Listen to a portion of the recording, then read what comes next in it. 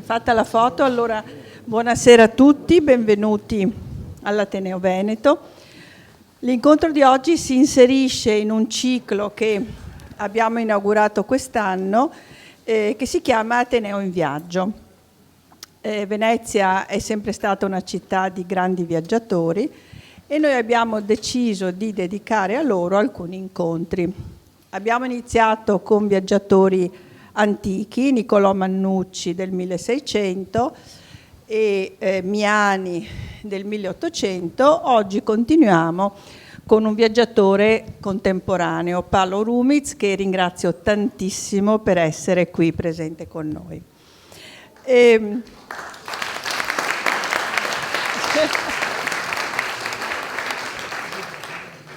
è contento anche il pubblico, che vedo numerosissimo. Allora con Mara ci siamo un po' divisi le domande. Io farò delle domande strettamente riguardanti i viaggi, lei farà le domande più intelligenti riguardanti la geopolitica.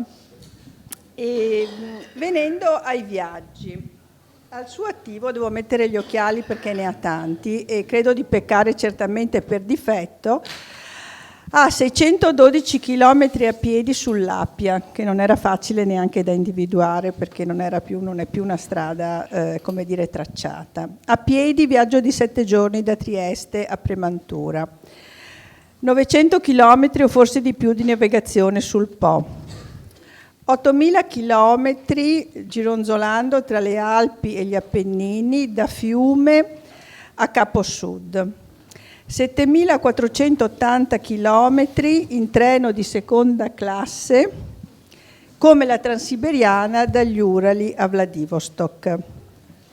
Da Trieste a Istanbul in bicicletta. E credo che ce ne siano tanti altri, ma io mi sono annotata questi. In quest'ultimo libro, quello di Tre uomini in bicicletta, c'è all'inizio una vignetta di Altan, che era un suo compagno di viaggio, in cui c'è un ciclista e la moglie dice: ma dove vai? Perché vai in bicicletta? E lui risponde: porto a spasso il bambino che è in me. In effetti le ragioni per viaggiare sono tantissime. C'è chi parte per raggiungere una meta. Il nostro Miani, al quale tra l'altro è dedicata un'intera stanza del nostro Museo di Storia Naturale, era andato alla ricerca delle sorgenti del Nilo e non le ha trovate. Mannucci nel 1652 parte 14enne scappando di casa, povero, e si imbarca nella prima nave che parte dal porto di Venezia, destinazione ignota.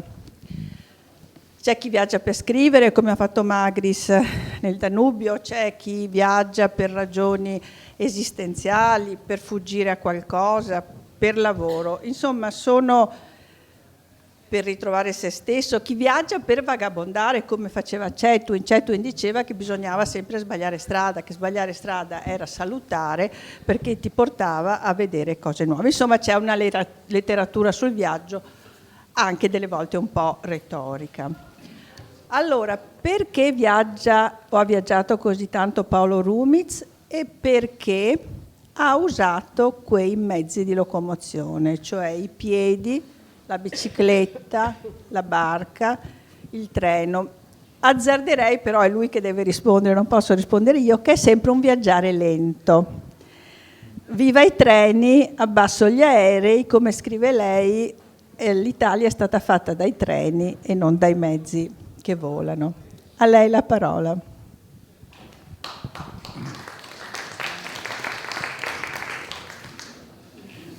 Adesso che sono vecchio, la smania di viaggiare è un po' diminuita, non tanto per un fatto fisico, ma perché il mondo si sta omologando. E mi ritrovo molto in una poesia di un poeta triestino poco conosciuto, perché poco omologato alla Trieste italianissima del secondo dopoguerra, che si chiama Carolus Cergoli, il quale, pur essendo un uomo in preda a inquietudini migratorie come sono in preda io, un giorno scrive quanto segue: Voi una cosa devo chiedervi, sapete cosa vuol dire imborezzà? Ok, allora vado perché l'ho spiegato una volta a Genova e si sono inchiodati di fronte a una parola che conteneva la bora. Scrive Cergoli, un giorno, non so ben perché, son partì come per Imboresso, niente Bedecker, svodo de valigie. In tasca niente altro che il librettin francese 2000/3 del credito lionese. Parigi una lagna, Londra una terracotta, Vienna imbalsamata, Roma una sporca cagna. Meo me son dito restar a Comtovel, fra nuvoli e cocai, guardar la lanterna sentà sul pastino, giogattolar de amor con la Bettina, merla de graia con nido a Nabresina. Quindi lui dopo tanto viaggiare dice ma cosa vado a viaggiare quando ho tutto davanti agli occhi già? E poi rivendica questi ultimi amori senili con questa Bettina che è figlia del Carso, quindi slovena, quindi anche lei non omologata alla Trieste italianissima nella quale si è trovato malauguratamente a vivere. Ha scritto questo magnifico libro che si chiama Il complesso dell'imperatore, no? Perché una delle cose classiche che dice il triestino, che non ha niente a che fare con i veneziani, anzi che per staccarsi dai veneziani si è dato all'Austria, è quello di dire povero nostro Franz, di fronte alla decadenza dei tempi, si dice Ierameo con la defonta, cioè la defonta monarchia austro-ungarica. Quindi ho già spiattellato la mia identità mista, un po' austriaca, un po' slava, un po' italiana, un po' mediterranea, un po' centroeuropea. La voglia di viaggiare, quella che io chiamo inquietudine migratoria, perché è qualcosa di molto biologico. Da sempre, da quando ero adolescente, sentivo nei cambi di stagione un prurito sotto le ascelle, sotto le penne remiganti e mi veniva voglia di cambiare luogo. E mia mamma si incazzava, ma piccio mio, ma te vuoi sempre essere in un posto differente da dove che siamo. Ricordo proprio questa mia insoddisfazione dei luoghi in cui stavo, volevo sempre andare oltre, scollinare, girare l'angolo, guardare cosa c'era dietro un promontorio, e questa l'ho chiamata inquietudine migratoria, che è un termine proprio biologico degli uccelli migratori.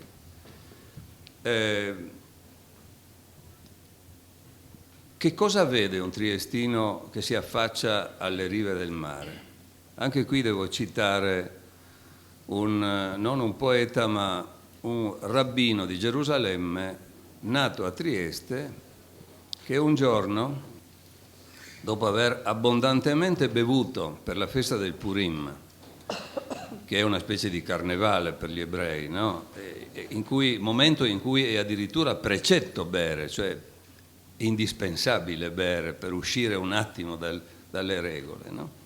Ebbe un attacco di nostalgia per la sua città e mi disse questo: quando che un triestin si senta in ponta a un molo e il varda il mare, il sol che va drio le Alpi, quella è preghiera, santa e vera preghiera. L'erba del Carso la si sgionfa tutta, e il mar che viene i grisoli, e le putele te varda con gli occhi umidi. In quel momento è il Signor dell'universo, lisandose la barba, ne varda e disi, mona de un triestin, ancora una volta te me gaccia va.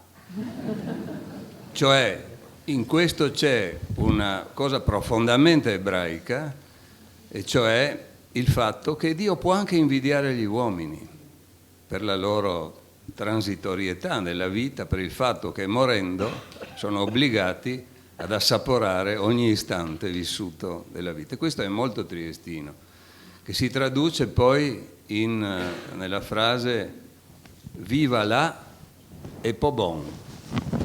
Cioè, ok, va, quel che sei nato, quel che sei passato, andiamo oltre. Essere su un posto così, dove appunto tu dalla cima di un molo vedi le bandiere rosse con la mezzaluna delle navi turche che partono dal terminale della Mitteleuropa per raggiungere l'Asia e passando davanti alle Alpi innevate ti pongono già, ti accendono la fantasia per dei viaggi. Vedere da quel punto, sapere che lì dietro l'angolo, Drio Salvor, Drio Piran, c'è la grande leggenda di Venezia, sapere che in fondo, oltre Monfalcone, c'è, al di là della pianura friulana, c'è il fronte della Grande Guerra, c'è la cortina di ferro, c'è l'inizio del mondo slavo, quindi 12 fusi orari di terre dove la parola da, cioè sì, ha lo stesso significato fino allo stretto di Bering, è una cosa che dà veramente, dà questo imborezzamento, quello che dice, questo desiderio di andare. E poi c'è l'effetto confine, che è un elemento supplementare che produce il desiderio di migrare. Il confine è una linea la cui importanza io ho capito soltanto nel momento in cui veniva tolto.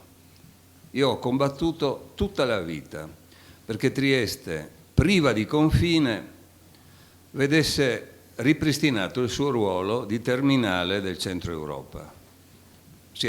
Il nostro porto oggi ha decine di migliaia di chilometri di strada ferrata austriaca ancora presente. Per capire qual è il nostro ruolo basta guardare quella rete di ferro. Ma il confine, dicevo, l'ho capito quando è stato tolto. È stato tolto nel dicembre del 2007, quando la Slovenia, una volta crollata la Jugoslavia, è entrata nel patto di Schengen e quindi non era più necessario mostrare nulla né alle dogane né alla polizia. Le garritte dell'esercito, della polizia, della guardia di frontiera sono state tolte e finalmente Trieste poteva respirare. Caso voleva che quella notte io compivo 60 anni, l'ho raccontato anche in un libro, perché io ero nato 60 anni prima, nella stessa notte in cui quel confine veniva fissato attorno alla mia città. Mia madre perdeva le acque nel momento stesso, nelle ore in cui i soldati di Tito e quelli anglo-americani piantavano i picchetti del confine che poi sarebbe diventato il definitivo confine orientale d'Italia. Quindi sono a tutti gli effetti un figlio del confine. Poiché quella caduta del confine veniva festeggiata con trombe, tamburi, fuochi artificiali nei grandi confini di Gorizia e quelli sopra Trieste maggiori, quelli con l'autostrada, eccetera, c'erano i grandi, diciamo, i capi di Stato, l'ufficialità era concentrata nei confini maggiori.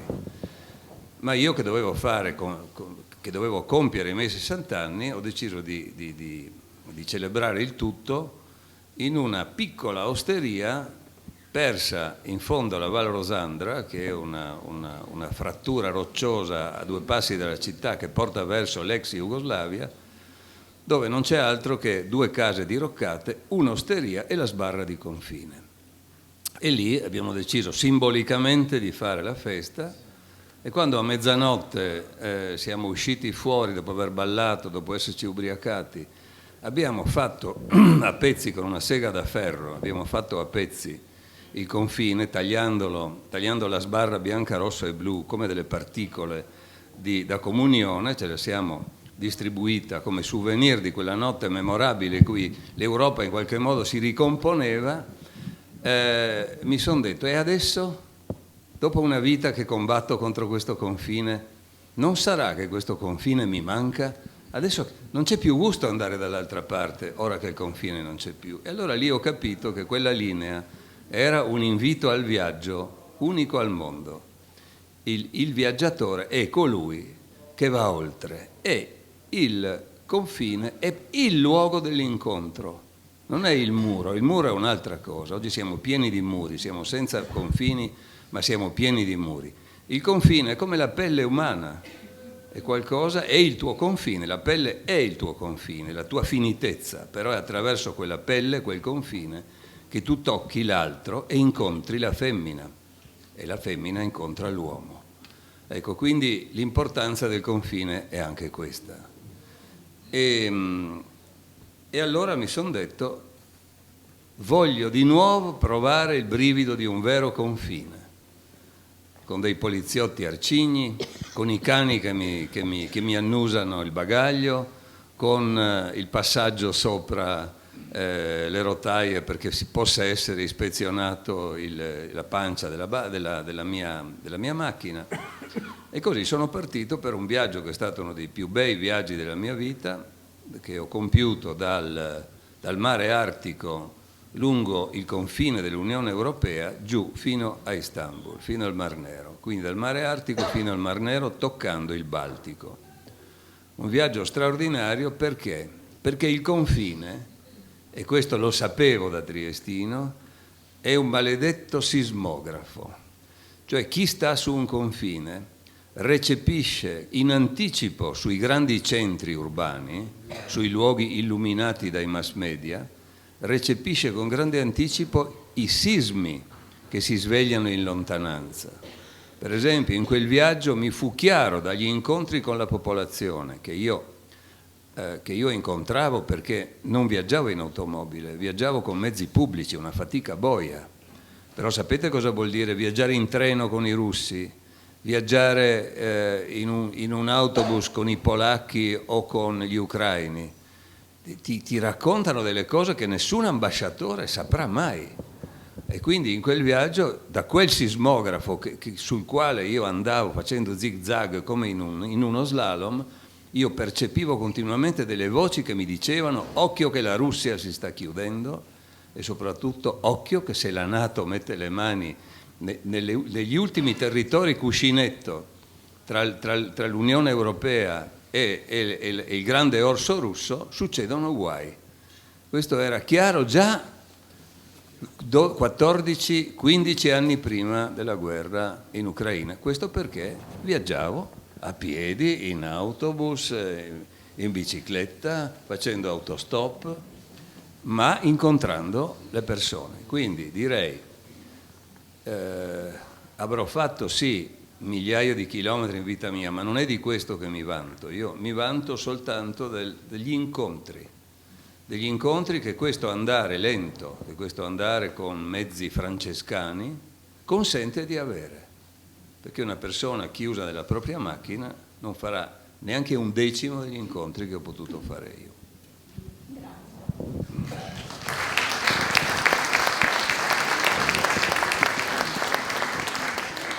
No, innanzitutto una premessa. Io e Paolo abbiamo lo stesso cognome, ma non siamo parenti, questo per evitare accuse di nepotismo, familismo. No.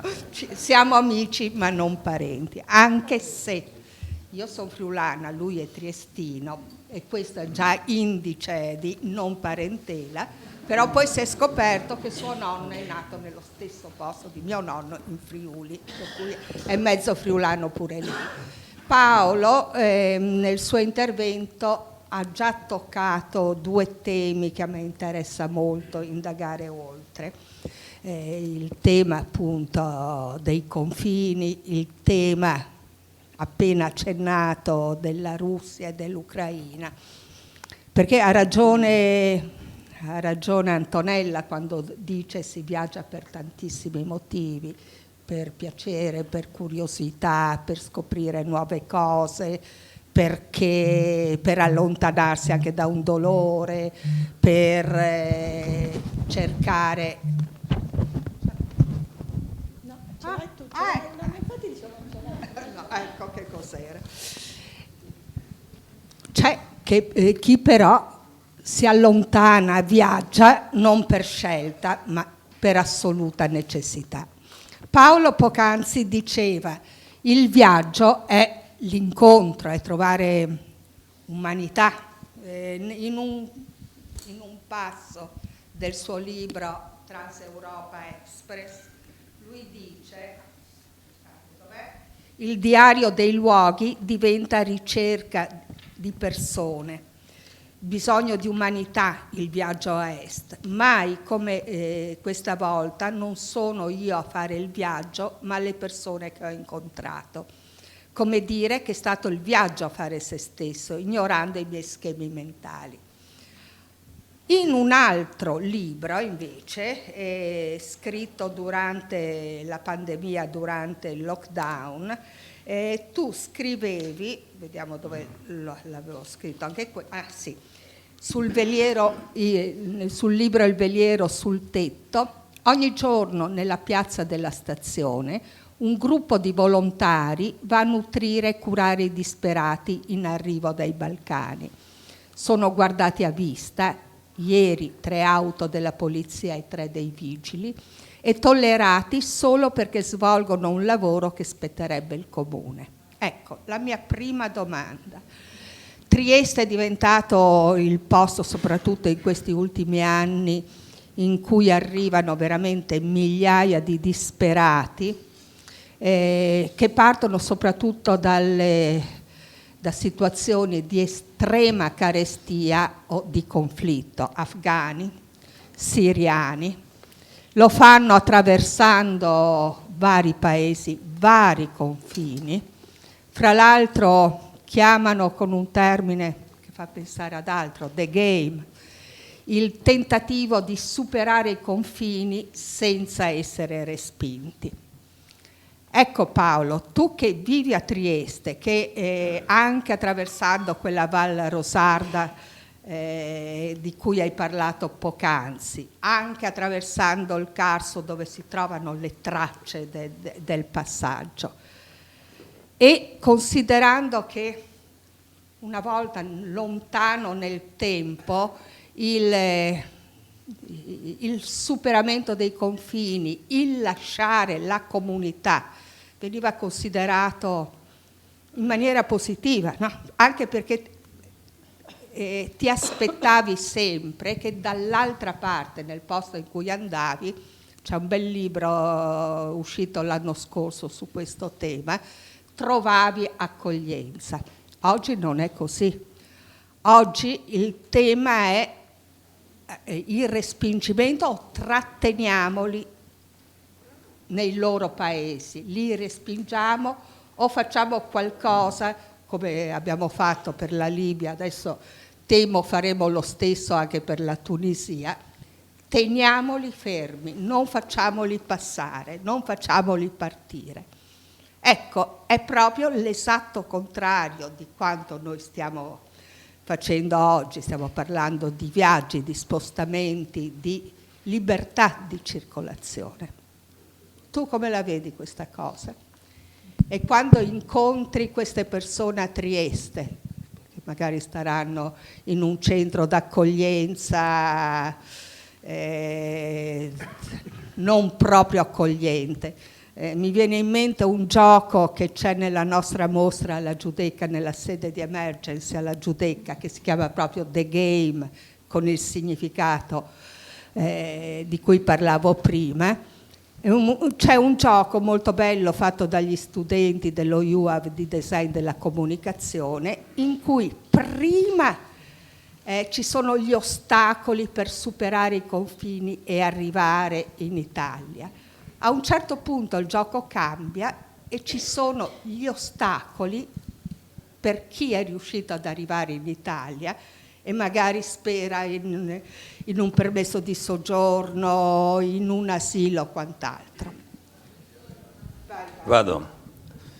Dunque, io da 2 anni mi sono trasferito in Slovenia, sempre vicinissimo al confine, perché non posso fare a meno del confine, in un posto a 20 minuti da Trieste, che è appunto un perfetto sensore di quello che accade in giro nel mondo.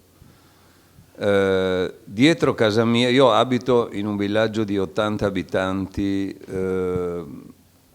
diciamo che sta alla fine di una lunga prateria in salita, e il villaggio è proprio lì, subito all'inizio del bosco. Poi c'è il bosco, una montagna, oltre la quale c'è il confine italiano, a distanza di 4 chilometri. Bene, più volte ho incontrato, soprattutto camminando al crepuscolo, che è l'ora migliore per vedere gli animali, ma anche per vedere i fuggiaschi, perché loro sperano di non essere beccati dalla polizia che va a cena. Per cui più volte ho incontrato queste persone, più volte gli ho dato un minimo di mano, quel poco che potevo fare, indicandogli la strada, quindi macchiandomi del reato di favoreggiamento di immigrazione clandestina.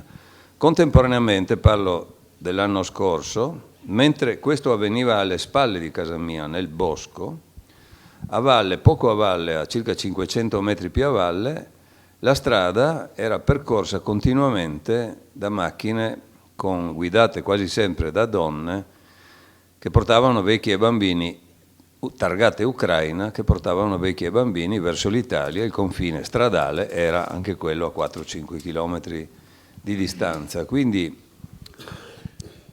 io vivevo una sensazione perfetta di quello che accadeva nel mondo.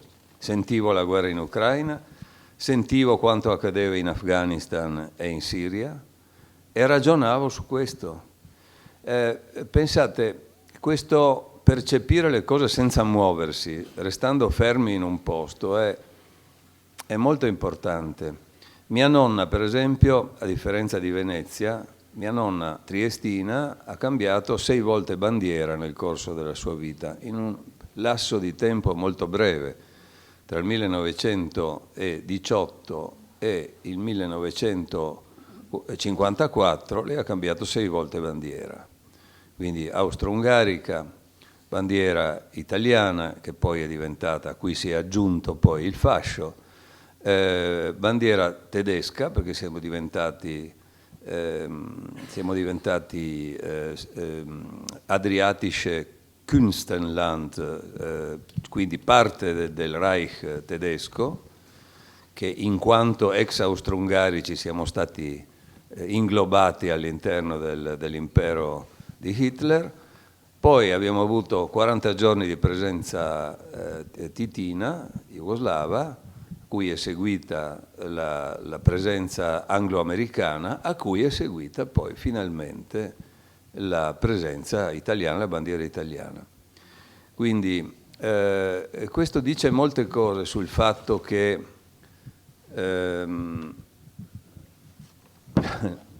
non è necessario fare tanti chilometri per capire cosa accade.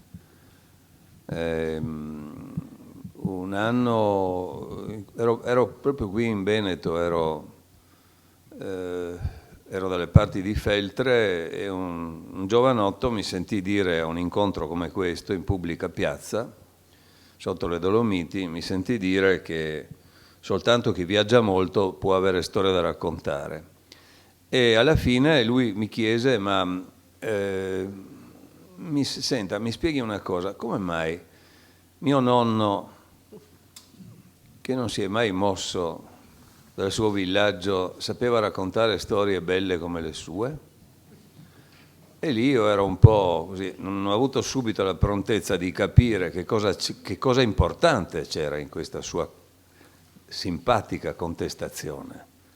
Dietro, quindi ho fatto delle domande per prendere tempo e gli ho detto: ma che mestiere faceva tuo nonno? Il ciabattino. E lì ho tentato una risposta acrobatica dicendo: beh, se conosceva le scarpe conosceva anche i viaggi.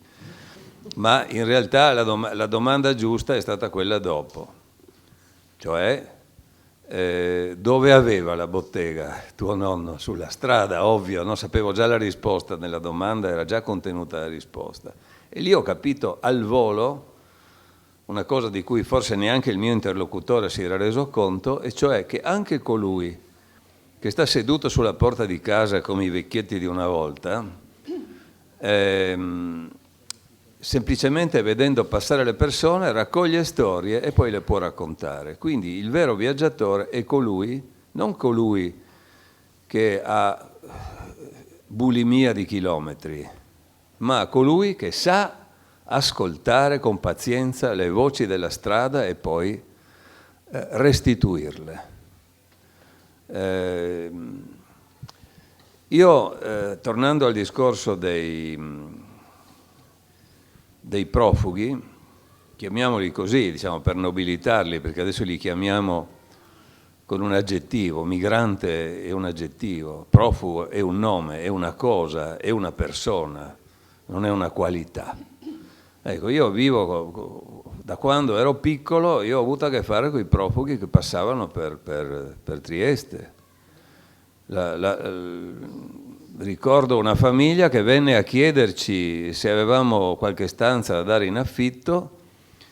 Mia nonna, che era la vera capofamiglia, perché era lei, colei che mi raccontava le storie, era lei che cucinava, esautorando un po' mia madre che insegnava a scuola, alla fine disse sì, però la guardi, preferisco pensarghe un poco. Mia nonna non chiude la porta di casa e sente le voci di questa coppia di istriani con 2 bambini che scendono le scale di casa nostra e dicono, e la donna dice, peccaga, avevo tanto pregà Sant'Antonio, però non me ascoltà. E mia nonna, che era devotissima di Sant'Antonio, la vegni su, subito l'ha chiamato, questi hanno rifatto le scale, da allora sono diventati una famiglia, la presenza continua in casa nostra. Quindi dopo gli istriani, dalmati, eccetera, sono arrivati i curdi, dopo i curdi sono arrivati tutta la marea di popoli con un'accelerazione continua fino agli ultimissimi giorni, e spesso vengono da luoghi che io ho visitato e dei quali ho un ricordo idillico. Cioè, io ho visto un Afghanistan che mi sembra inconcepibile che possa essere stato ridotto in quelle condizioni. Un luogo dove si coltivava la vite, dove vedevo crescere a 2000 metri delle vigne meravigliose, dove il rapporto con gli uomini, non tanto con le donne, ma soprattutto con gli uomini, era immediato, dove l'Islam era ridotto alla purezza dell'Allahu Akbar e niente altro, che risuonava nelle montagne, ma non c'era tutto quel oscurantismo che c'è oggi. Erano dei montanari che chiamavano Allah al posto di Dio, fine. No, oggi il mondo si è molto complicato, e quello che io vedo passare è proprio la sconfitta della globalizzazione che mi passa davanti agli occhi. Vorrei finire questa risposta con un'immagine. Un giorno sono andato con un amico della polizia di frontiera che non si è vestito in borghese, siamo entrati insieme in Slovenia per vedere uno dei punti in cui questi profughi riescono a superare i fili spinati che la Slovenia ha messo 2 o 3 anni fa, e che ha tagliato molti dei luoghi che io attraversavo liberamente a piedi quando partivo da Trieste e andavo in gita verso l'Istria per andare fino in fondo, verso Fiume, verso Cherso, verso Capo Promontore, verso Pirano, verso Borovigno. Spesso andavo a piedi in questi luoghi. Bene, mi mostrò, questo poliziotto in borghese, mi mostrò un luogo che veramente mi colpì, perché lì c'era qualcosa di millenario. Dei cinghiali che si erano visti sbarrare la strada da questi reticolati avevano scavato talmente in profondità da riuscire a passare in modo sotterraneo questo sbarramento che era piantato in terra per almeno mezzo metro, aprendo così la strada a questi profughi che, approfittando del lavoro dei cinghiali riuscivano a passare. Io non li ho visti in quel momento, però mi ricordai di una cosa importantissima. I popoli italici, in epoca pre-romana, quando una tribù aveva un eccesso di popolazione, i primogeniti venivano mandati, in qualche modo espulsi dalla comunità con la benedizione di tutti e mandati a costruire altre comunità. Partivano, era la cosiddetta sagra di primavera. In primavera questi maschi dovevano partire e partivano spesso seguendo il loro animale totemico. Per esempio, gli irpini seguivano le tracce dell'Irpus, che è il cinghiale. Bene, io là avevo il segno di un cinghiale che aveva aperto la strada a dei popoli che venivano dall'Asia. E quindi mi sono trovato di fronte a qualcosa di eterno. E il motivo per cui poi il mio ultimo soffertissimo libro, Canto per Europa, impersona l'Europa, questa dea madre del nostro continente narrata del mito greco, si impersona in questo libro calato nell'attualità, si impersona in una profuga siriana che parte, guarda un po', dal Libano, che è lo stesso luogo dove Giove ha rapito, portandola per mare, questa ragazzina che poi lui va a ingravidare in Occidente, nella prima grande isola dell'Occidente, segnando una strada eterna dei popoli, perché i popoli dall'Asia sono sempre venuti qui e si sono fermati sull'Atlantico perché oltre non c'è più niente. Io quando racconto questa storia ai miei nipotini mi chiedono, no? Una cosa molto semplice, mi dicono: ma tutti sti popoli poi come fanno a vivere se sono così tanti? No? Domanda perfetta. E io dico, hanno una scelta: o vivere insieme o combattersi. E tutta la storia d'Europa è la storia, è un pendolo tra questi due estremi. Nei momenti in cui abbiamo costruito coesione, eccetera, abbiamo generato una delle più grandi civiltà del mondo. Nei momenti in cui ci siamo sparati addosso, diventavamo il continente più violento del mondo. Pensate solo che nel Novecento l'Europa ha prodotto di morti ammazzati, ha prodotto 125 milioni di morti tra quelli che ha inflitto al suo stesso territorio e quelli che ha inflitto alle colonie, e in particolare all'Africa. Il piccolo Belgio ha fatto fuori all'inizio del Novecento 10 milioni di africani. Beh, resteremo a sentirla per ore e ore. Torniamo ai viaggi. Allora io le faccio due domande insieme, così perdiamo meno tempo. La prima è su quello che lei definisce il viaggio immobile. Cioè lei ha macinato un sacco di chilometri in giro per il mondo, però è stato fermo in un faro con il guardiano del faro. Lo racconta nel libro Il Ciclope, perché chiaramente questo faro rievoca il ciclope con un occhio solo. È stato fermo lì con i suoi animali. E un altro viaggio immobile è stato quello che ha fatto durante il lockdown. Descrive nel Veliero sul tetto che va sul tetto di casa sua e praticamente guardando e leggendo libri viaggia nello spazio e nel tempo, e rimane così colpito da quei viaggi che appena ci riaprono post lockdown lei va a rinchiudersi al monastero di San Giorgio qui vicino a Venezia. E dice: se il viaggio è soprattutto immaginazione, devo confessare che negli ultimi mesi, quelli del lockdown, ho molto viaggiato. Vuole raccontarci questi viaggi immobili? Beh, la domanda la faccio dopo l'altra.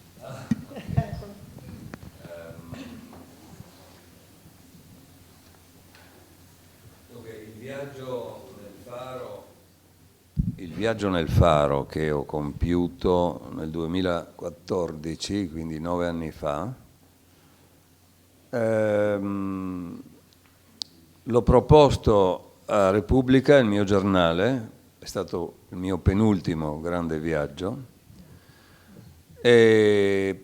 perché avevo appena finito una serie di film sulla Grande Guerra che mi avevano svuotato, perché avevo fatto 10 film di 1 ora e 20 ciascuno, assieme a un bravissimo regista, nel giro di 4 mesi.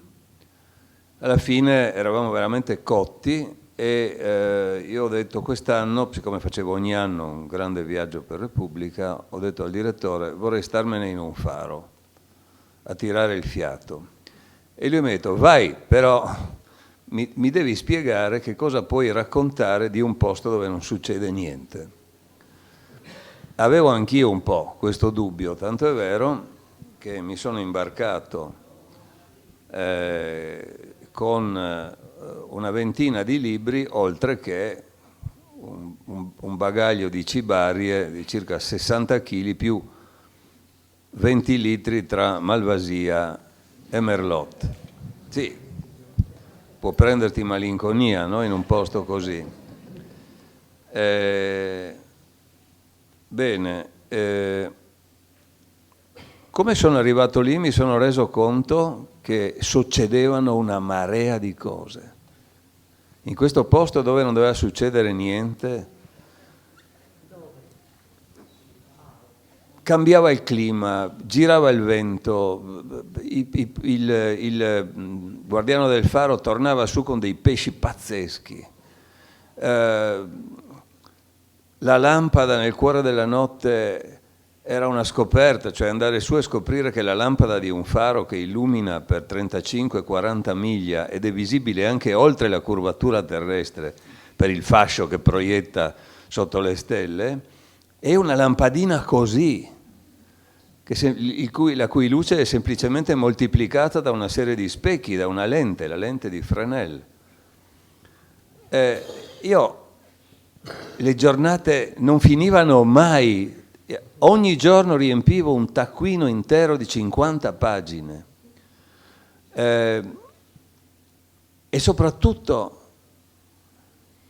il tempo era più lungo, non era intervallato continuamente da situazioni meccaniche come rispondere alla posta elettronica o rispondere a telefonate o incontrare persone, burocrazie, tutte cose di questo tipo che ti frammentano la vita, no?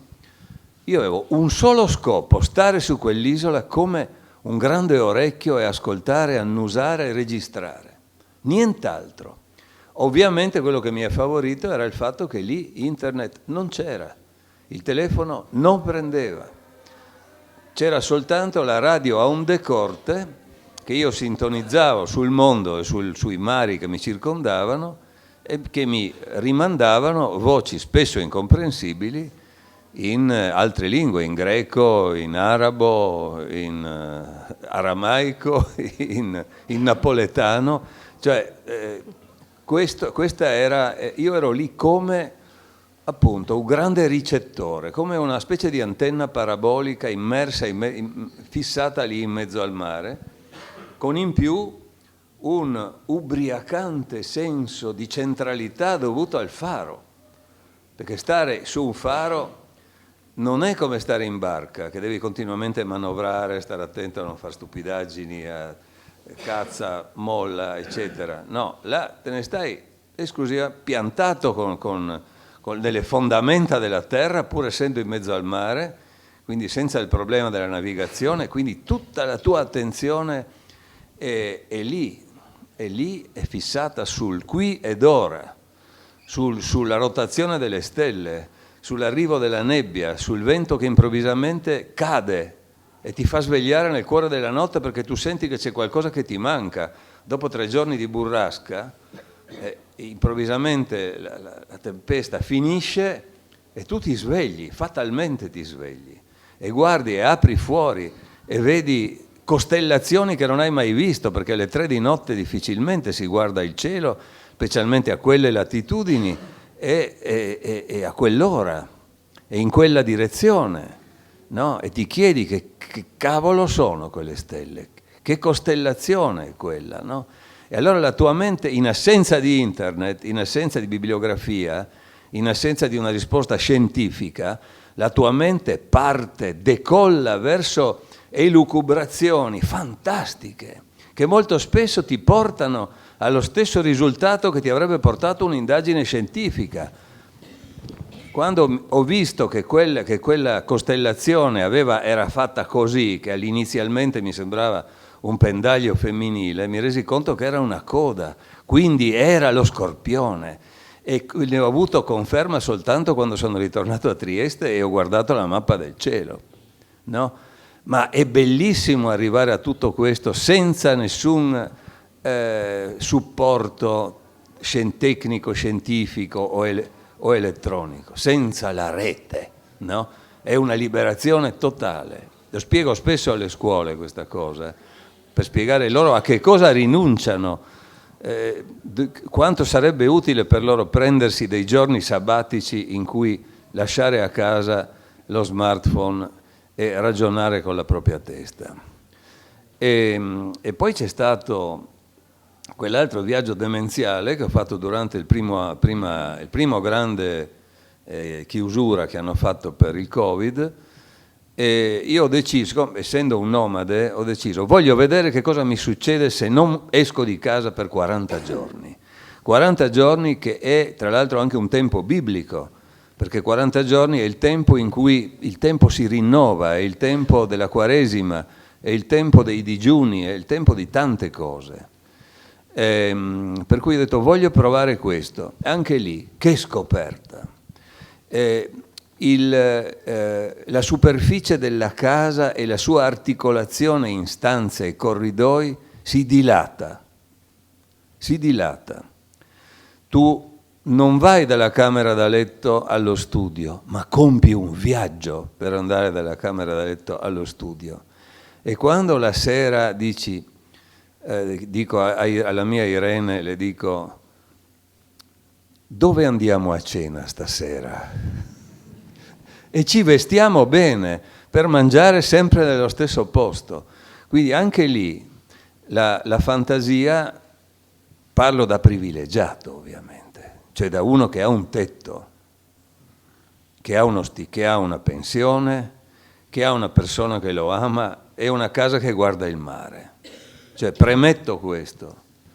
Però penso anche a quanti avevano tutto questo e hanno passato 40 giorni brontolando. Per me è stata un'enorme scoperta. E Irene si metteva gli orecchini per venire a cena, capito? Il passaggio da una stanza all'altra portava il brivido della soglia, cioè era il passaggio da una dimensione all'altra. Diventava un momento rituale. Irene era l'unica che poteva uscire per fare la spesa, perché dovevamo farla, no? Ma era molto bello questo arrivare e togliersi le scarpe fuori dalla porta e lasciarle fuori. Anche quello, come nelle moschee, come nelle chiese cristiane di una volta.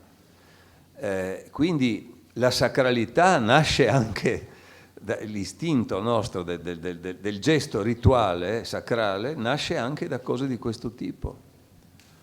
E poi c'è stata la scoperta della verticalità, cioè a me mi hanno imprigionato in orizzontale, ma chi mi impediva di andare a esplorare il mondo in verticale rispetto al centro della terra? E mi sono detto, non sono mai salito sul tetto di casa mia. Era un condominio antico, asburgico ancora, di 5 piani, però aveva il tetto piatto, quindi calpestabile, con una botola. E un giorno sono andato a esplorarla. Da quel momento è diventata la mia torre di controllo. Cioè da lì tra l'altro era aprile, maggio, quindi un traffico di oche selvatiche, di cigni, di animali di ogni tipo che mi passavano in tutte le direzioni.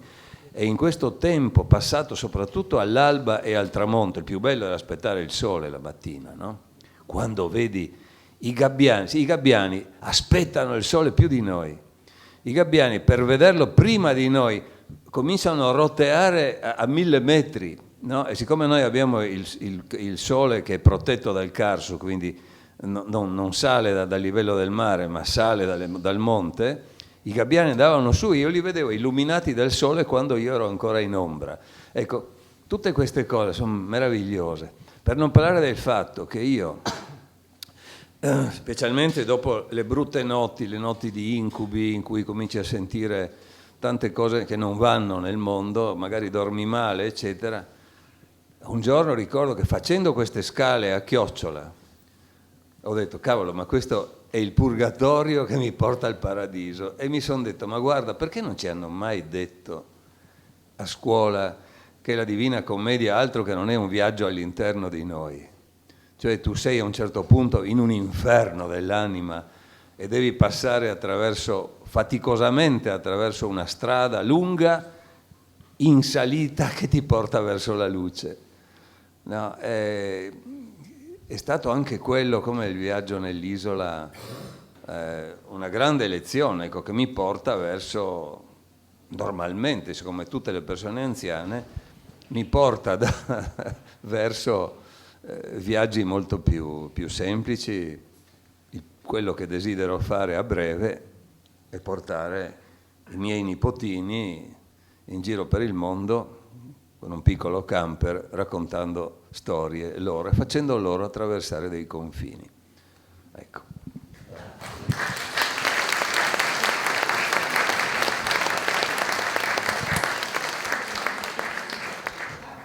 E anch'io che ero sola a casa, alle 7 di sera mi vestivo, mi truccavo, mi mettevo i tacchi e mi facevo un aperitivo da sola. Ma ecco, ma queste sono le cose piacevoli. No, io partirei adesso da una cosa che tu hai scritto, ma proprio un pezzettino piccolo piccolo.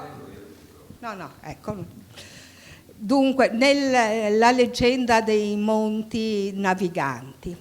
Oggi, a viaggio finito, so che dietro ogni alluvione, dietro ogni siccità, non vi è solo l'effetto serra, ma anche la guerra sistematica del potere contro le periferie vitali, quelle capaci di tenere vivo il territorio e di impedirne la devastazione totale.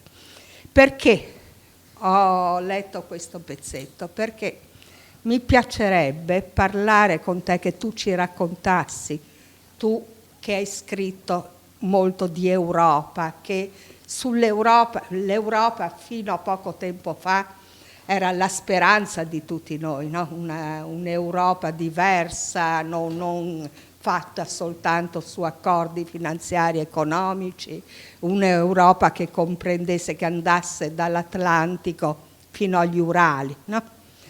Ahimè, non è più così. Anche per la seconda volta negli anni recenti c'è la guerra in Europa. Dico la seconda volta perché troppo spesso anche nei mass media si parla della guerra in Ucraina come fosse la prima guerra. Allora, sì, è vero. Allora,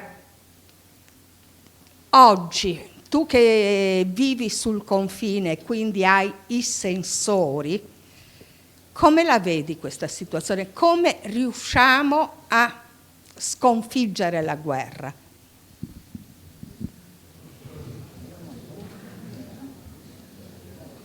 Dunque, ogni volta mi incastrano con questa cosa, anche se è chiaro che non sono un politologo, però dicevo che l'idea il pericolo di quanto stava per accadere mi era già chiaro 12, 13, anche 14 anni fa.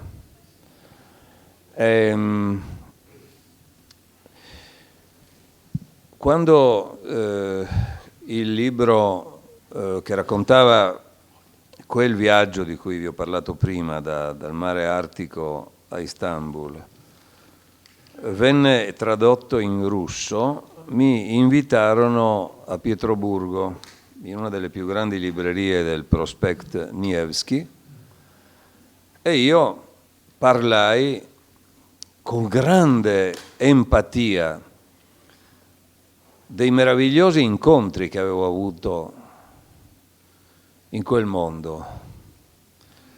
E alla fine di quell'incontro molto emozionante, in cui veramente parlai col cuore in mano, non so, della vecchia Liuba che mi aveva munta una capretta pur di darmi da bere, o di un uomo che mi mostrò il granaio dell'Ucraina e mi disse, col vento che pettinava queste superfici ondulate già di grano maturo, che mi dice guarda che meraviglia, potrebbe nutrire tutta l'Europa, e invece dimmi perché siamo così poveri, dimmi perché le nostre donne devono andare in Italia a badare ai vostri vecchi anche se sono laureate. Io ho esitato un attimo e lui mi ha risposto, io lo so perché è che siamo governati da ladri. Ecco, in quel viaggio, quindi, alla fine di questo incontro a Pietroburgo, molte persone vennero da me a dirmi, ma come? Ma lei ha degli antenati russi? Perché ama così tanto i russi, così come ho detto che avevo amato anche ucraini e tutti i popoli che avevo incontrato, no? No, dissi, semplicemente sono così perché ho letto i vostri libri, perché c'è una grande simpatia per il vostro popolo, perché c'è Tolstoi, perché c'è Dostoevskij e tutte queste cose qua. E lui disse, ma è strano perché la nostra televisione ci dice che voi ci volete male. E allora in quel momento capii che già cominciava quel processo di smantellamento che ha avuto il suo corrispettivo perfetto in Ucraina, che ha portato a quello che oggi stiamo vivendo sulla pelle di un'Europa improvvida che non ha saputo sentire questi segnali che un povero cireneo come me sentiva con 14 anni di anticipo. E allora una donna che si chiamava, mi pare, Lyudmila, mi disse, vieni che ti mostro Pietroburgo. E andammo a camminare nella neve, nevicava, era febbraio, la notte era interminabile, erano le 7 di sera, era un buio pesto, si scivolava per la strada, c'era ghiaccio per la strada, avrò fatto non so quante ridicolissime scivolate all'indietro, e siamo arrivati davanti al Mariinsky, al teatro Mariinsky, dove che era stato l'antico teatro Mariinsky, che era stato tutto incapsulato in un cubo di vetro di plexiglass, per cui io dall'esterno a 15 sotto zero vedevo la folla russa che andava a teatro piena di fiori in mano per gli orchestrali, per le cantanti, per il regista, non lo so. Cavolo, se non era Europa quella, no? Eppure già allora cominciava lo smantellamento di quest'idea. Oggi solo il 18-20% dei russi si sente europeo, allora era più del 60%. E il momento di massima sensazione di europeità da parte dei russi era addirittura subito dopo la caduta del muro di Berlino, quindi ancora anni 90. Ecco, che dire, io ascolto quello che ci viene raccontato, ma il problema è quello che ho detto sul muso alla signora Ursula von der Leyen, Presidente della Commissione europea, il 9 gennaio di quest'anno per il primo anniversario della morte di David Sassoli, indimenticato Presidente del Parlamento europeo. Le ho detto, signora, o noi mettiamo più Europa nel nostro atlantismo o saremo spazzati via dal vento della storia. Cioè, o noi ci ricordiamo che siamo figli di una terra che è stata sempre legata all'Asia, perché dall'Asia sono arrivate tutte le popolazioni costitutive di questa nostra patria comune, inclusi gli italici, vengono tutti dal centro Asia. Cosa credete? Che le vacche bianche che pascolano in Maremma sono nate lì? No, gli armenti se li sono portati dal centro Asia. E lo stesso i cani abruzzesi, questi grandi cani, arrivano anche quelli da lì. No, quindi noi abbiamo nei nostri geni quel mondo, tutto viene, niente viene da ovest, tutto è venuto da est da noi, no?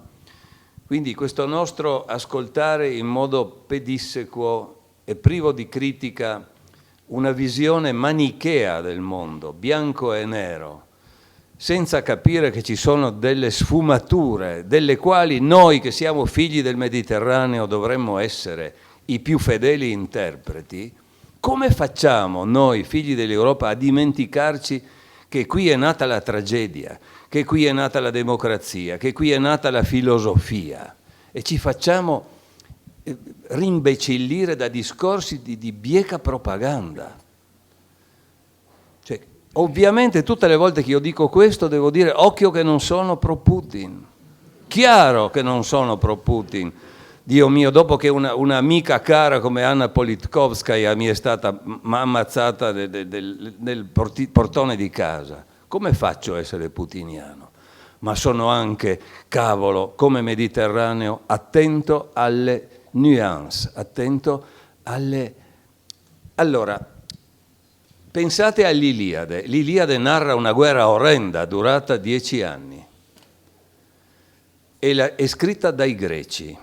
Ma i greci non nascondono il fatto che è stata una guerra sporca, vinta attraverso l'inganno, attraverso dei trucchi, no? In modo non leale. Non nascondono il fatto che i greci, quando hanno conquistato Troia, hanno preso i bambini troiani e li hanno sbattuti contro i muri per fargli saltare le cervella. Non nascondono che hanno fottuto le loro donne in lacrime. Noi invece pretendiamo di fare la morale senza averla. Questo è il discorso. Come possiamo pensare che il male sia tutto da una parte? No, per me questa cosa è assolutamente inconcepibile. E soprattutto quando mi ricordo le persone che ho incontrato, ma vi ricordate come demonizzavamo la Serbia? Perché? Perché non erano cattolici, perché il Vaticano aveva riconosciuto come Stato Croazia e Slovenia, che sono cattoliche, e guarda un po' anche ex austro-ungariche, mentre quegli altri erano ancora, tra virgolette, turchi. No? Però, signori, se devo dirvi un posto dove la gente mi apriva la casa, dove io mi sentivo felice con un piatto di fagioli e basta, quello è il mondo slavo, che è capace di essere feroce molto più di noi, ma è capace di slanci, di dolcezza, di amicizia, di cameratismo, di intesa che io non ho mai sentito da nessuna parte. È lo stesso motivo per cui i soldati, gli alpini che sono tornati dalla Russia hanno dei ricordi straordinari. Non ci voleva molto essere meglio dei tedeschi in Russia, no? Però, cavolo, hanno il mito della Russia. Allora cosa cazzo mi venite a raccontare adesso? Che sono diventati improvvisamente dei demoni? Non è così. Io ho un magnifico ricordo degli ucraini come dei russi, come dei bielorussi, no? Con le loro differenze. Ma essere accolti in una casa sul lago Onega, un'isba solitaria in riva al lago, dove si andava a prendere l'acqua per cucinare direttamente dal lago, tanto era grande, e dove ancora in aprile si poteva andare da una riva all'altra camminando a causa dello spessore del ghiaccio. Quello stesso ghiaccio dove i tedeschi, ritirandosi, mandavano con dei camion a morire gli uomini liberati dai campi di lavoro, anche gli italiani sto dicendo, no? Quindi luoghi dove l'epica, la magia della piechka, cioè la grande stufa baricentrica della casa, è il luogo dove succede tutto, il luogo sacro dove succede tutto, il luogo dove si partorisce, dove i vecchi e i bambini vanno a dormire sopra durante l'inverno, cioè è un mondo che non possiamo ignorare ed è nostro anche se ci stanno dicendo che non è così. Ecco, io ho scritto il libro Canto per Europa proprio per questo, proprio per dire che Europa, la principessa figlia del re di Tiro, quindi principessa fenicia, è asiatica, cavolo, e si chiama Europa. Cosa vogliamo di più? E Giove, che se la porta in Occidente, poteva farsela sulla riva del Libano, invece no, fa tutta questa strada per questo viaggio che non si capisce quanto è durato, perché è un viaggio favoloso, se la porta fino a Creta, in un'apoteosi di schiume, di delfini, di tritoni che suonano le buccine e le trombe. Tutti gli dei guardano sopra questa riva e lui la possiede lì, in Occidente. Perché, se non per dirci che noi veniamo da est? No? E allora io non ho ricette politiche per questa follia che stiamo vivendo, però ricette culturali sì, che una è questa. Cioè ricordiamoci da dove veniamo. Europa è una dea madre che viene da Oriente. Fine.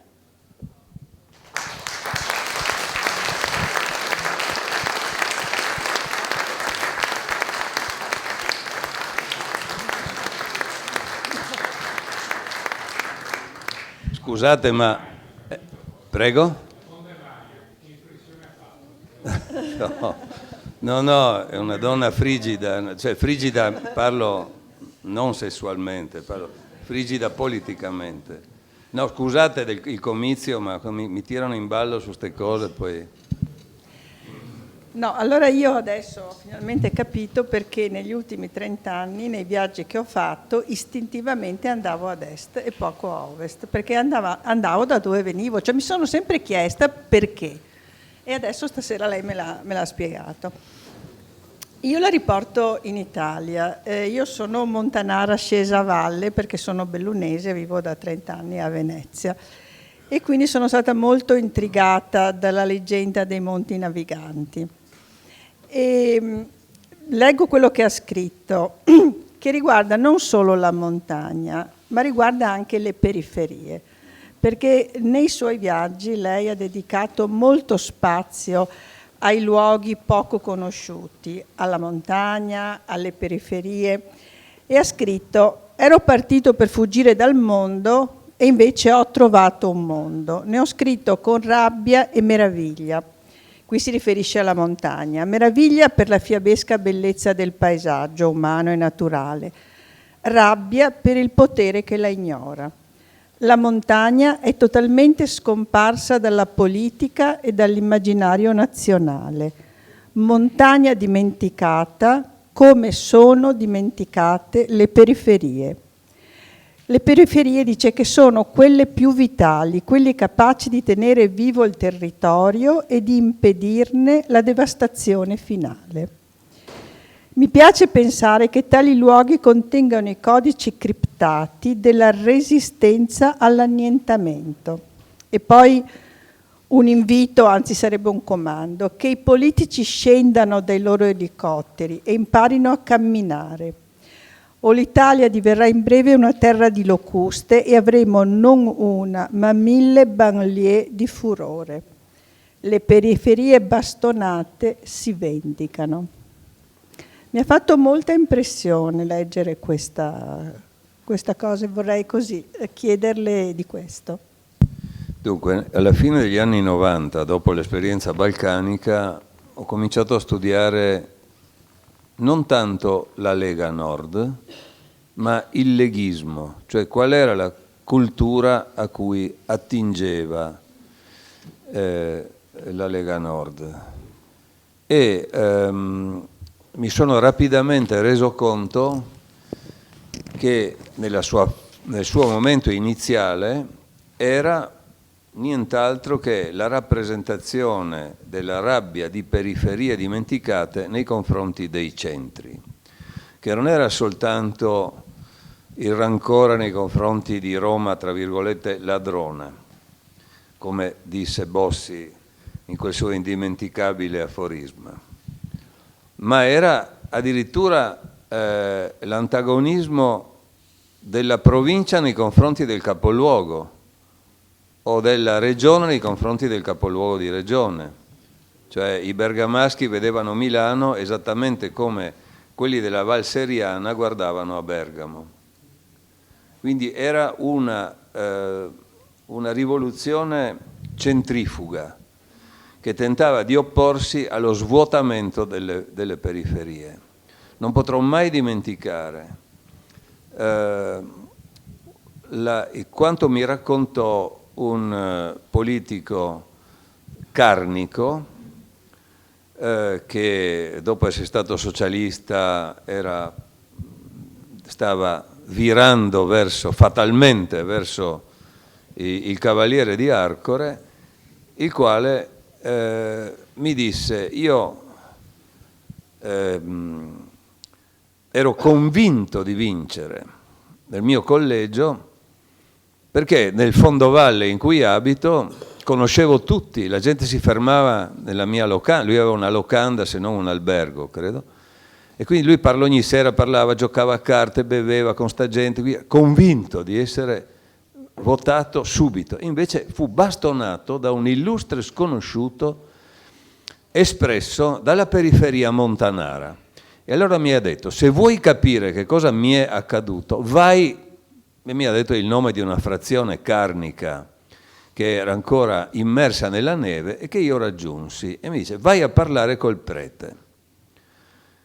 Insomma, mi trovai di fronte a una belva in gabbia, il prete, sì, che lanciava anatemi, non parliamo contro Trieste, che era il male assoluto, per cui non voleva neanche aprirmi la porta, ma dopo si fraternizzò, aprì un bottiglione di pessimo vino e cominciava a mangiare polenta, formaggio e vino, e lui, battendo pugni sul tavolo, mi raccontò tutto il suo rancore, non soltanto verso la provincia, ma anche verso la curia. Disse: la curia di Udine, il luogo dove lo sbadiglio regna sovrano.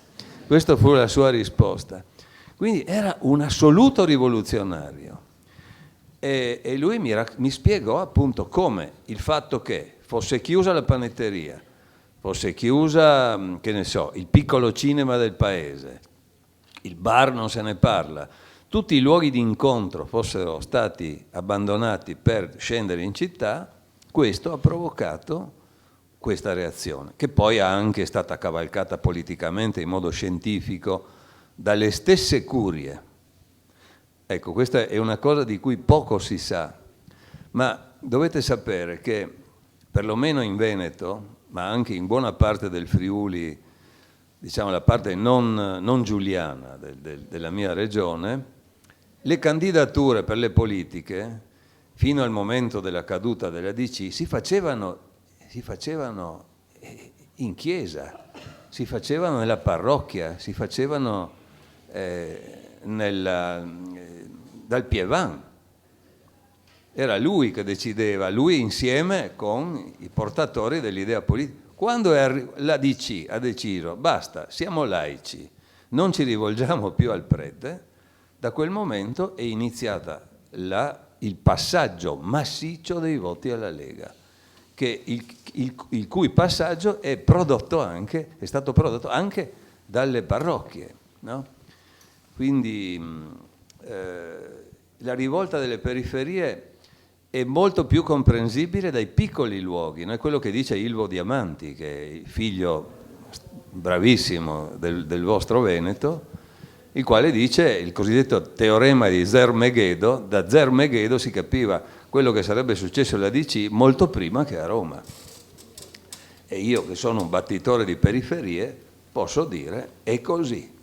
Io ho capito che stava per scoppiare la guerra dei Balcani non ascoltando quello che mi veniva propinato all'ufficio stampa all'International Press Center di Belgrado, ma prendendo un autobus e andando nel periferia sud della Serbia, dove nelle osterie sentivo lievitare il rancore del popolo verso i croati, i bosniaci, i macedoni e tutti gli altri, secondo uno schema che non è più sociale, ma uno schema etnico.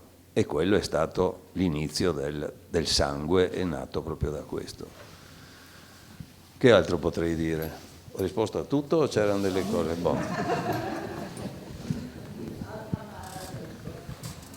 Allora, una domanda al viaggiatore.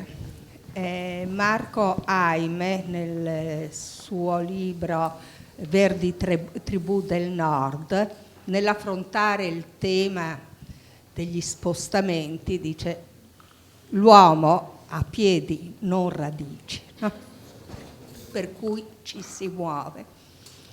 In questi tempi noi viviamo veramente la pochezza, l'incapacità dei diversi governi, e se da una parte abbiamo una domanda forte che viene per esempio dal mondo dell'industria, la stessa Confindustria, che chiede maggiori quote di arrivi di persone, di migranti, per far fronte alla produzione, dall'altra oggi hanno detto 80.000.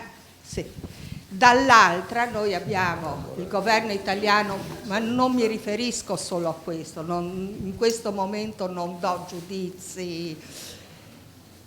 I governi che si sono susseguiti in Italia, ma ahimè in tutta Europa oramai, affrontano la questione esclusivamente il pericolo dei piedi che si muovono verso i nostri paesi. Allora, a questa domanda a cui non possiamo non rispondere, o quantomeno non possiamo interrogarci su come l'affrontiamo, quali risposte pretendiamo vengano date a questo bisogno anche di, come si può dire, di meticciato quasi. Non facciamo più figli, abbiamo bisogno di contaminarci, abbiamo bisogno di... prendiamo Venezia. Se non vogliamo una città come la nostra, che fino agli anni 50 aveva 150.000 abitanti, a Venezia siamo oramai intorno ai 50.000, come volete che riusciamo a salvare la città normale oltre alla città splendida architettonicamente e artisticamente, se non facendo arrivare qui altre persone che vivano la città come la viviamo noi. Ecco, questo tema della necessità di non guardare l'altro come straniero, ma di chiedere una mano anche per preservare le nostre città, i posti di lavoro, le nostre culture anche, plurime. Ecco, su questo Paolo.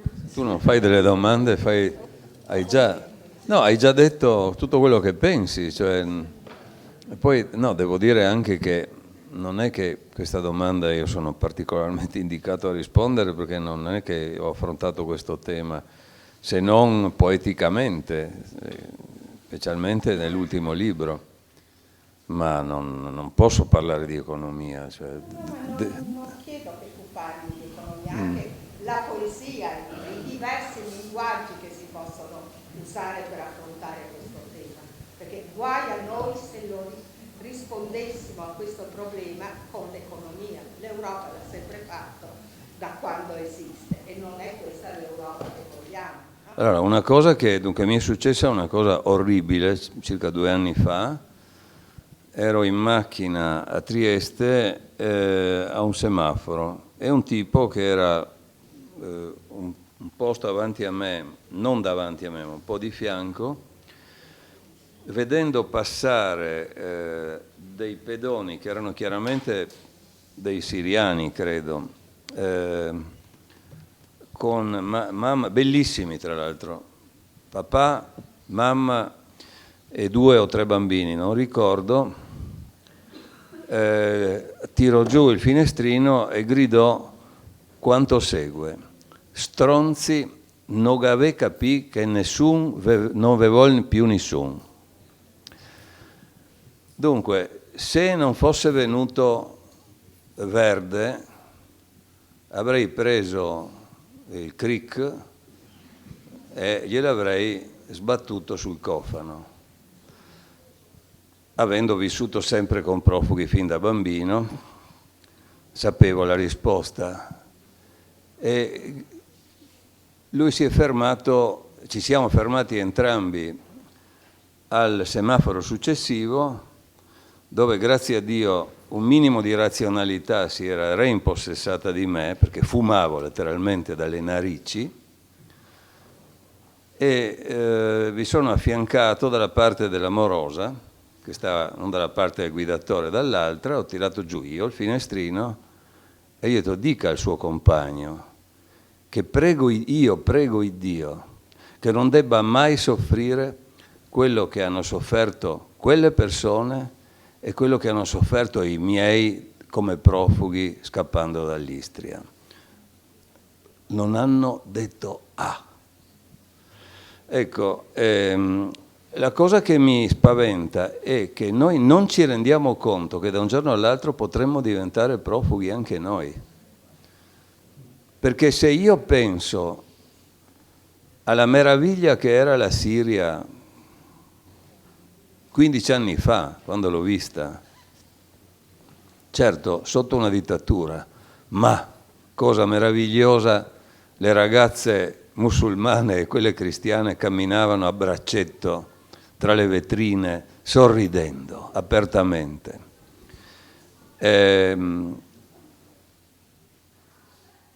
Come facciamo a non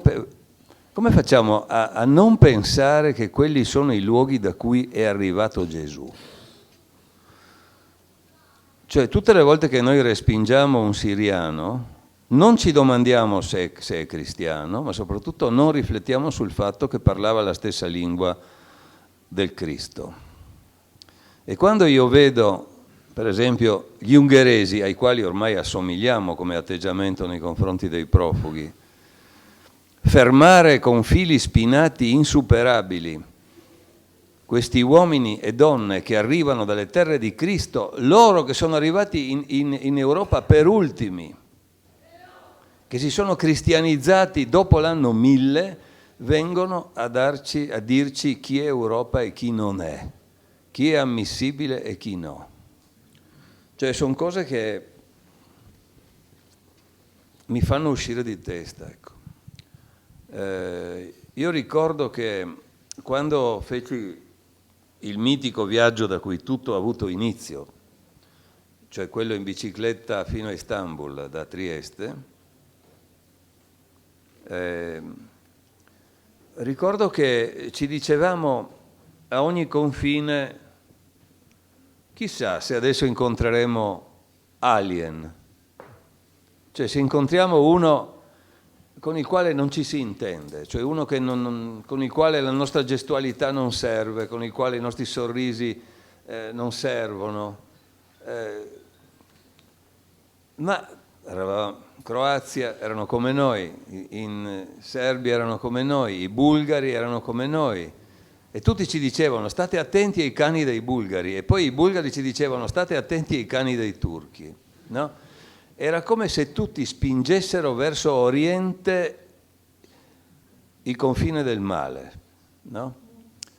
Questo è un istinto che secondo me ci viene sia dal fatto che lì c'è l'Islam, sia dal fatto che l'Oriente è stato anche comunismo per un sacco di anni, no?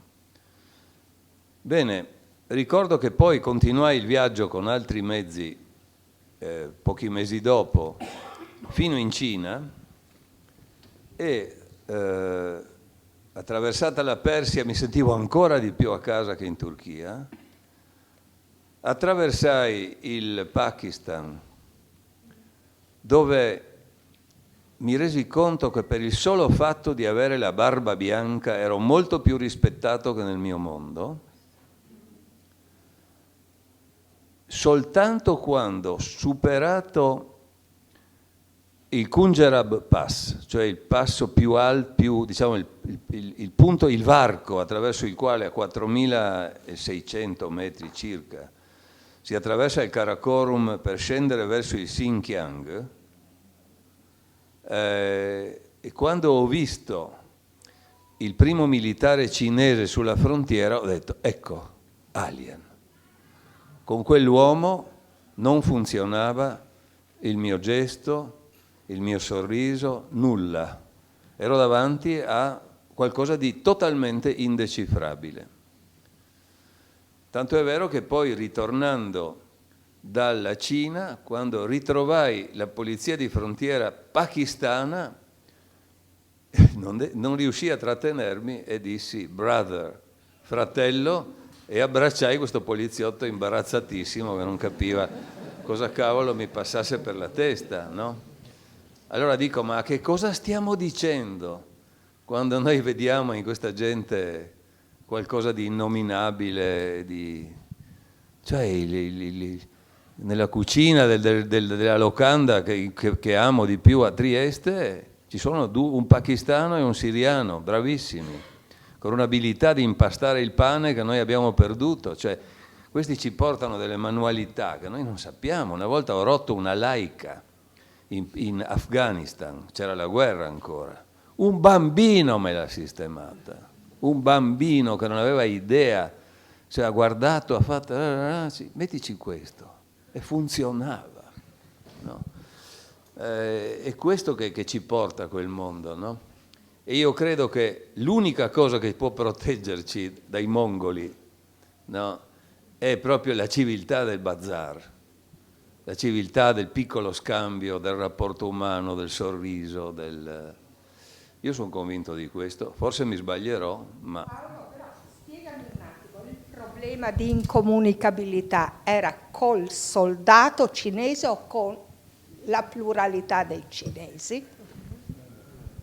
Con la pluralità dei cinesi non coltivati.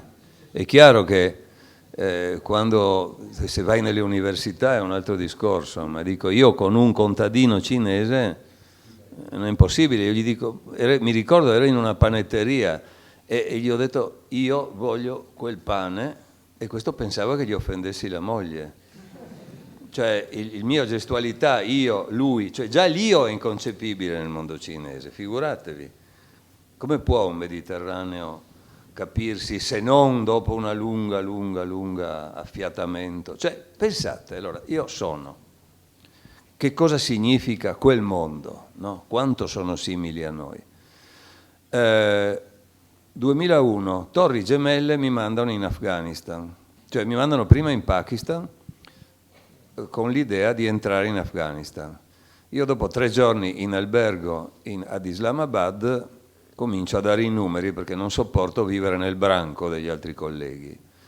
E noleggio una macchina con autista e mi faccio portare sul confine, mitico confine di Khyber Pass, un confine dove nella direzione contraria alla mia Alessandro Magno era passato sul suo cavallo bianco e i suoi soldati greci e anche persiani era passato per andare a invadere la piana dell'Indo, quindi un luogo da brivido.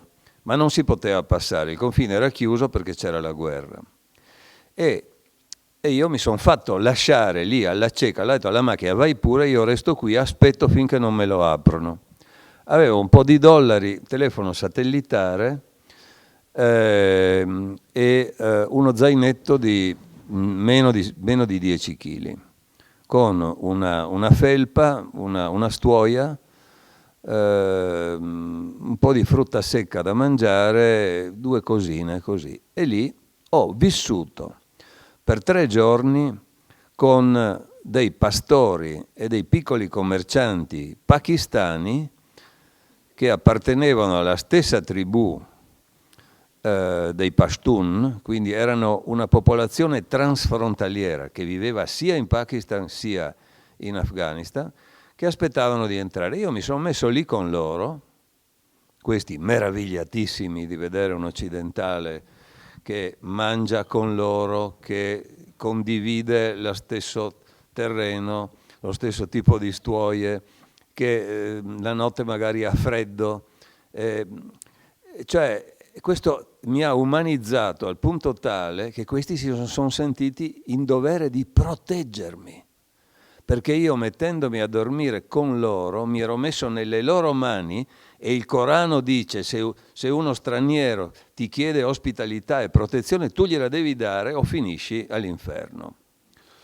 Per cui io sono stato in un panino di sicurezza in quei 3 giorni in cui dormivo per terra e parlavo a gesti o a disegni sul mio taccuino con questa gente, ricavando un sacco di notizie, tra l'altro, senza sapere un briciolo della lingua, l'uno dell'altro. E lì vengo a sapere, per esempio, per dirti che mondo che è, no? Molto meno ostico di quello che noi crediamo. Vengo a sapere che sta arrivando un convoglio di mujahedin, della stessa etnia Pashtun. E quel convoglio di mujahedin avrebbe sicuramente potuto passare la frontiera.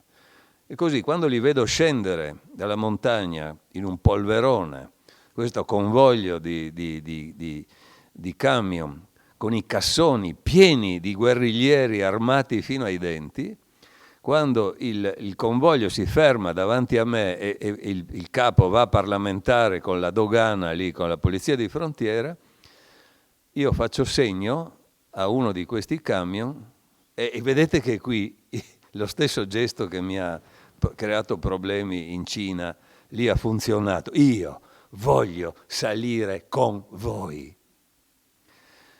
Grande risata, poi seri, capiscono che faccio sul serio, mi tendono la mano, mi caricano sul cassone e mi portano in Afghanistan. E dandomi cibo, spiegandomi delle cose in un poverissimo inglese, mi portano fino a Jalalabad. E anche loro obbligati a proteggermi. Questa cosa non esiste in Cina. Quando andavo sul Khunjerab Pass, a un certo punto, circa 2-3 chilometri prima del passo, c'era stata una frana sulla strada, una piccola frana.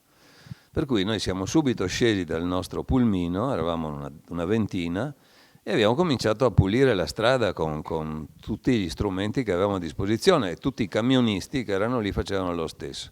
Poi arriva un cinese col suo camion, vede che noi fessi lavoriamo e scende e si fa il suo picnic guardandoci lavorare, senza minimamente darci la mano.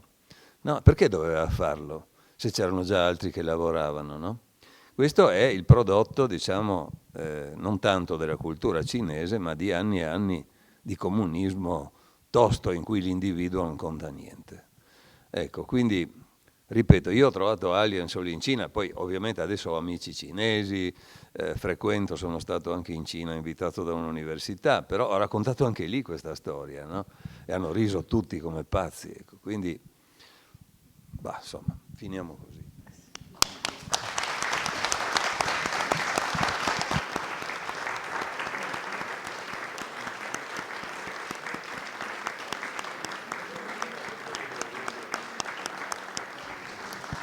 Prego. Aspetta. No, volevo soltanto chiudere leggendovi 2 righe del mio ultimo libro, ma proprio 2 righe, 30 righe, è un libro in versi, per cui non tutti lo leggeranno volentieri. Però racconta il viaggio di questa donna di nome Europa, che in realtà è una profuga di guerra siriana, che trova sulla battigia del Libano, trova una barca inglese con a bordo 4 argonauti e chiede loro di scappare perché era appena fuggita da un bordello dove l'avevano schiavizzata, come accade anche nella realtà, no? Vi voglio solo dare, voi che siete di mare, anche se non siete scoglio, ma siete rena, ahimè, mi son de scoglio, no? Vi voglio dare un'immagine di navigazione e finire così. La grande vela rossa come andava in quella prateria di bianche schiume. La prora scavalcava i meridiani con balzi siderali ad ali aperte, tracciando un'ostinata ipotenusa in una bacinante controluce. Ubriaco di mare, l'armo aurico sbandava. Sulla sua vecchia carcassa il libeccio aveva effetti esilaranti. Incrociammo uno sloop delle Bermude, così velocemente che si fece appena in tempo a scambiare un saluto. 40 miglia percorse in 6 ore. Il sale ci sferzava le fiancate, incanutendo le barbe della ciurma. Ci volle forza a tenere il timone. Con l'anima incollata alla sua ombra, la barca schiaffeggiava l'onda bruna. Ecco, grazie.